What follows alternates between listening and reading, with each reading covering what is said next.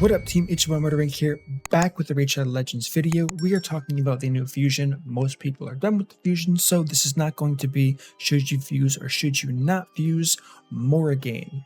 Who is Morrigaine? We have an undead legendary support-based champion. The question is, how can I give you the perfect build? We're going to go over that now since a lot of people enjoyed it from my past fusion videos. So let's start off and make that happen here. So the first thing we have to understand is going to be this champion, as I mentioned in a previous video, is going to be like a mini Lyssandra. We have an awesome speed aura for players. We have the decreasing of the turn meter, filling the turn meter, placing an increased speed, and we also have the potential of putting an AoE True Fear on non-boss enemies or decrease accuracy on bosses. As a side benefit, we have a cool passive here, putting 100% heal reduction debuff for 2 turns on an enemy with the lowest HP. Debuff can't be removed, transferred, spread, or have its duration increase or decrease by enemies or allies. So this is kind of like a failsafe to make sure if you're fighting a healing team, the target's pretty much done for once you get it to low health. And then we have an A1 that's not very relevant, despite the high chance, giving it a 70% chance of placing decreased speed on a singular enemy champion. So the first thing we're going to do is what? We are going to start with the banner. The obvious banner of choice is going to be accuracy. So let's go head to accuracy here. We are looking for the speed substat. So accuracy, speed. The next best thing you're going to want to look for is going to be HP percent or defense percent. Let's just view through our options here and see what we're working with. We have defense percent here, flat HP, defense, HP, speed. This is going to be a home run, so let's go ahead and slot this one in. The next thing we're going to do is look at the necklace. Now we're not looking for crit damage, and HP, as I've mentioned many times before, is going to be the best survivability stat you could possibly get. Outside of that, we can search for flat defense as well as accuracy to make this champion pop off even more. So we're looking for any rolls into accuracy and flat defense that we can find. Close there, but no cigar here. This would be nice if you have any pieces like this. Refresh on champion with 2 strong cooldowns are going to be very strong, but if you don't have it, don't worry about it. So after searching through everything here, we either have defense rolls or accuracy rolls. I'm definitely going to opt for something with as much accuracy as possible here. So as you can see from 2 pieces alone, granted I do have a full faction guardian bonus on this champion, and my Great Hall is finished, her accuracy's pretty set as far as all the content she can be used for. But for most players that's not going to be the case, so I'm going to build it with a little bit more accuracy in mind for the majority of players who aren't going to have a finished Great Hall as well as Faction Guardian bonus completely filled up for the undead. So moving on to the ring as the next item, we're going to look for flat HP as well as HP percent, and if we can slot in defense percent, that's perfect. If you don't have a ring that fits this, just simply deselect defense percent. You could definitely try flat defense if that doesn't work, but defense percent is going to be the strongest paired with HP. We're looking for majority HP rolls and the rest in the defense rolls. Here's a triple, that's nice. This one split pretty evenly and I'm happy with this one the most. So we're going to go ahead and take this. You don't want to make the champion lopsided so it's too focused on HP. We do have to keep defense in mind because you want as close to 3000 as possible, just so it's fine if you decide to pair this champion with the synergy of a defense up buff. Now that the accessories are set, let's go ahead and move on to the gear. So as far as gear set goes, the first question you have to ask yourself is, where are you going to be using this champion? That's something that I can tell you how good she's going to be in all these different places, but if you fused her, you probably have a pretty good idea where you want to use her. So with that knowledge, you have to consider, is this a champion that you're going to need regen set for? There's lots of content that pretty much requires regen gear. And if she isn't being used in regen specific content, then the door is wide open for this champion, which you'd love to see because that makes this champion very easy to gear regardless of where you are in the game. So regen gear aside, I would say the no-brainer pick is going to be perception gear. This gives you the accuracy you may not have without that Great Hall bonus, and it also gives you speed. If you are not lacking in speed, I would definitely move towards something like a pure speed set, because speed is going to be your friend no matter how you look at this. And if all else fails and you have no good perception and your speed gear is used on lots of your champions, which may in fact be the case because speed gear is probably the most universal gear set in the entire game here, you can then move on to an accuracy gear set. So what I'm going to do for this video is I'm going to use one perception set if I can, and then the rest speed. So for your accounts, as far as the sets go, you don't have to follow this because since it's going to be so specific to my account, you can place the split of perception, speed, accuracy wherever you see fit here. So the first thing I'm going to do is of course search for boots, speed boots as always due to how strong she is. And if I can get accuracy in the substat, these aren't going to be the easiest set of boots to have for a lot of players, but anything with 1 roll or 2 roll is going to be fine. If you cannot get accuracy, the next best choice is going to be defense or HP percent. And if you have crazy gear, if you can get all 3 of them in the same gear set, you are looking smooth. So it looks like I do have that available to me that's not being currently used on a speed set, so we're going to go ahead and lock that in. Now the next piece of gear is going to be very account specific here. If you're lacking on accuracy for whatever content you see fit, you're going to go ahead and make this an accuracy chest piece. If you don't need an accuracy chest piece, you're going to fill this in with HP percent. So with that being said, based on my account here, I'm going to go ahead and lock in HP percent, double accuracy roll. This is going to be fine. However, I would like speed. So the next important thing is going to be making sure there's speed in the secondary stats here. Since I have nothing that fits that, I'm going to go ahead, swap this to accuracy and see what I'm working for. And if you're running into the same situation, I would personally prioritize the speed substat over what the main stat's going to be. So if it's HP percent, you don't have speed, check accuracy, check defense, because the faster this champion is, the more turns you get, the less turns your opponent's going to get, the more turn meter fill, and the faster you're going to be able to cycle that increased speed buff on this champion is going to be. So now that we found that, I have an awesome chest piece here with accuracy.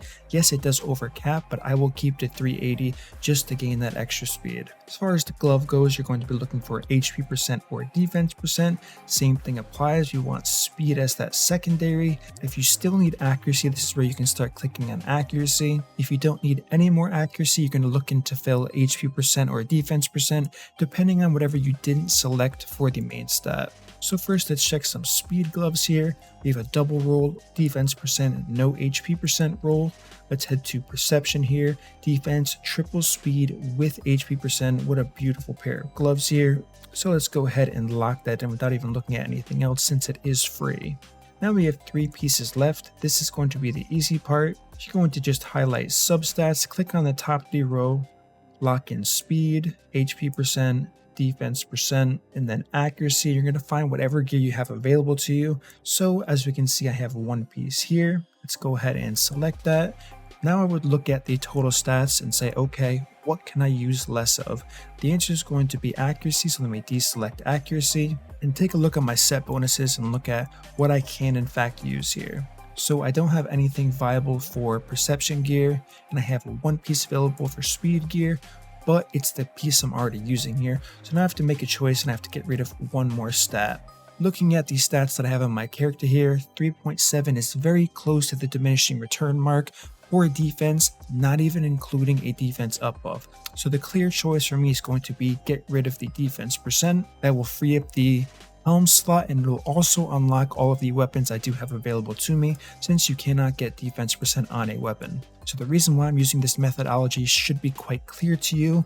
Since the weapon could never have defense percent on it, by selecting it first, it showed me all of my options, not including the weapon, so I can use the weapon as a failsafe if I'm struggling, as we can see here with 3 pieces and 1 piece, to be able to pick the most optimal piece for me to make sure the build works without having to swap around too many gear sets. So the first thing we're going to look for is a helmet and see if we can go with speed. We only have 1 option for perception gear and it's not looking too strong. While we do have a double speed roll, we don't have any defense here. We're going to see which piece of gear has the higher speed option here. No double speed, no double speed. So we are going to indeed lock in our 4th and final perception piece, leaving us with 2 options for a weapon here. One of them has a speed roll, the other one does not. This one has flat HP and HP percent. This is actually a perfect piece of stats here. If you were looking for a weapon, it would be speed, HP percent, flat HP, as well as accuracy, rounding out this champion to be as quality as it can be. So now we have high HP, respectable defense, very good speed, and enough accuracy to do most content in this game. So we're going to go ahead and lock this on the character. Now we're going to head to Masteries, and everyone's going to be thinking the same thing at this point in the video. Where am I going to use that champion? I'm going to cover that in just a moment. So with this being said, and now we have to look at her skills before we do the mastery here. We only have one ability that's going to be actually hitting a target here. The remaining two abilities are going to be non-damaging skills. So what does that mean? That pretty much lowers the value of something like War Master significantly. These are things you have to consider when gearing your champions. These skills matter a lot for the masteries. So since I can only apply War Master from the A1, and with relatively short cooldowns being a 4-turn and a 3-turn, on the A3 and A2 that do not hit the targets, I am much more inclined to make this champion as tanky as possible, making sure she has as much speed as possible. The next thing to look at is what are her fear percentages. We have a 100% chance once fully booked. If you're not booking this champion, that goes all the way down to a 75% chance, which is still going to be strong. The same thing applies for Velocimancy. So if you elect not to book this champion, the masteries may look a little bit different by taking something like Fearsome Presence, giving you an additional 5% chance of applying that true fear. However, for the support tree, it should be pretty straightforward. If you need accuracy, you're going to start with accuracy. If you do not need accuracy, you can start with max HP. Since I don't, I'm going to start with max HP here. Then I'm going to take Exaltant Death. We want to take the double turn meter bonus here, since we are applying buffs as well as debuffs with this champion, giving her the maximum chance of increasing her own turn meter. Cycle of Magic is extremely strong in a champion like this with two major cooldown abilities. If this champion isn't booked, you're going to take Sniper. If you aren't using a set like Regeneration and you're using sets that offer raw stat upgrades, meaning Perception, Speed, Accuracy, Lore of Steel is going to be the clear-cut winner here. Then we're going to look to be taking Lasting Gifts, which has a chance of extending the increased speed. Then you can completely customize the final row for this champion based on the missing stats or Morrigaine. Now, what do I mean by that? If you're lacking a little bit of survivability in the HP side, you can go ahead with Elixir of Life. If you're missing defense, you can take Iron Skin. If you're using a counterattack team, you can elect to take War Master, since she's going to get additional uses of that A1 ability. If you're missing accuracy, you can bite the bullet and take something like Sniper or Master Hexer for the decreased accuracy buff on bosses, and then go ahead with Eagle Eye. I don't think I would recommend something like Timely Intervention unless you're going to be using this champion in the arena. If you're in progression and you're proccing this very often, you're either at your limits of progression or your team isn't as well built as it should be, which is why this talent leans heavily towards arena content. And the same thing goes for Oppressor. This is a talent that they should definitely buff because the gain and turn meter from this is just simply too low for it to be worth more than the survivability gains you could possibly get unless your gear is incredible. So with that being said, I'm going to head down the defense tree next. We're going to go Tough Skin, Blast Proof, Resurgent, Delayed Death. We can opt to go either with Retribution or with Cycle of Revenge. Cycle of Revenge is not the greatest master you can take outside of the arena, since in most PvE content they don't have increased crit rate buffs and their baseline crit is going to be 15%. So that's going to give this mastery a 15% chance of activating for another 50% chance of then proccing after you do in fact get that low chance of a critical hit. So just to be safe on this, I'm going to take Retribution.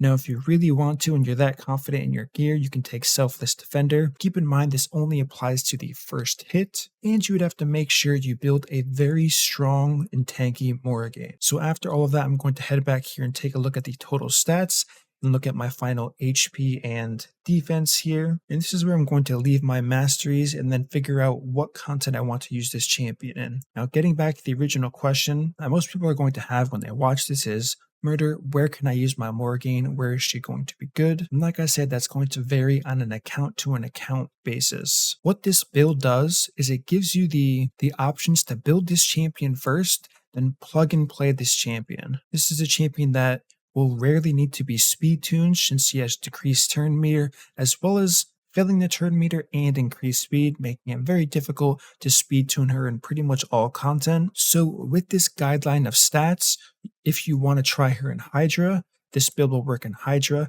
If you want to try on the Doom Tower, Dungeon Progression, Arena, it's all going to be viable for all of that content. You are going to be able to see her strengths very quickly. So based on me saying that, you might have an idea pop into your head saying, okay, I can use Morrigaine in this specific area of the game.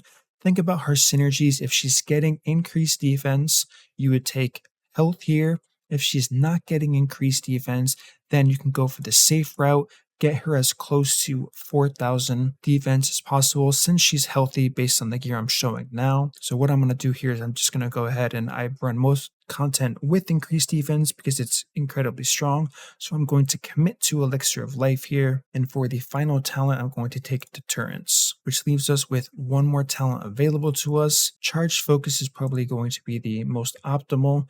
Unless you're running with a heal or shield champion, then you would of course take Rejuvenation. So since I'm doing pretty fine on accuracy, I'm going to go ahead and slot in Rejuvenation. This is going to be the mastery tree for this champion. So now that all of that's set, I can literally take Morrigaine and plug and play here like I was just explaining in any type of content I want. If I wanted to head into something like Hydra or Doom Tower and the accuracy was proving to be a problem and too low, instead of altering her gear, since the build is so fine-tuned, I would look to adding some type of increased accuracy synergy to this champion so she's hitting those thresholds without having to redo her entire gear set. Now, if you try her out in some content and you feel like regeneration gear is going to be much better for her, it would mean you're not using her in arena or anything like that, and speed wouldn't be as much of an issue, so it should be decent to build her, but keep in mind you're now looking at HP, defense, respectable speed, accuracy, and possibly resistance based on the content you're doing, and a regeneration set. So that can be a very hard build to pull off for this champion, so like I said, it's something to keep in mind before you pull the trigger in putting her into a roster that's going to require that gear set. Alright guys, that's going to conclude this video on Morrigaine. Know that more and more people are fusing her since the fusion is, I believe, 2 days at the time of recording this to being finished. Of course, I'm on the test server right now, so I can't see that. So my question for you all, let me know in the comment section. Where do you plan on using Morrigaine, and with what other champions, just so I can kind of see the synergy you guys are working with. Definitely quite interested because I am curious to see the type of synergies you plan on using with Morrigaine here. Now, if you haven't finished Faction Wars, I think this goes without saying she's going to be an incredible Faction War champion, making the waves insanely easy with the amount of CC and speed benefits she can apply to your team here. So with all of that being said, that's going to conclude this video. If you enjoyed this content, don't forget to smash that like button, subscribe, turn on the notification bell, and I will see you all in my next upload.